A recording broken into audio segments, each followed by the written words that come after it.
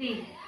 हम रीता आप सबके प्रतापगढ़ के पावन धरती से नमस्ते प्रणाम करत रही।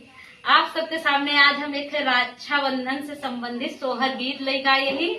आप सब वह सोहर गीत के सुनिहा।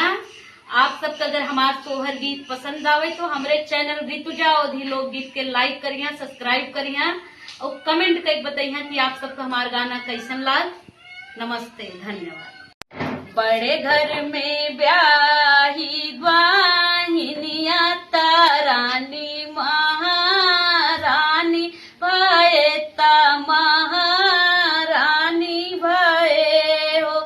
सखिया आई गईले सावन के महीनवा ताराखिया के दिनवा ताराखिया के दिनवा।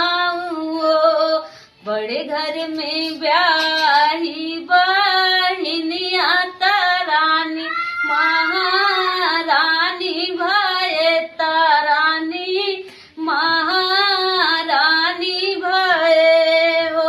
सासू नाना दाताना मारई बिराह बोलिया बोलई बिराह बोलिया बोला हो। बऊजी कावन करामा तू ही कैलू बिराना नाही आवई बिराना नाही आवई हो।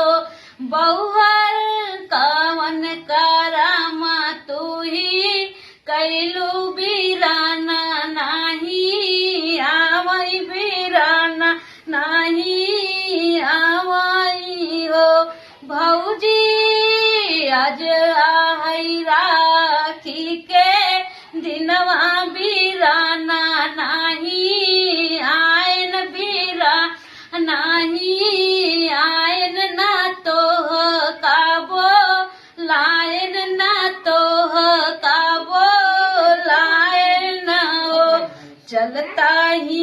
चलतई के राहिया बाटोहिया सुना मोरी भैया सुना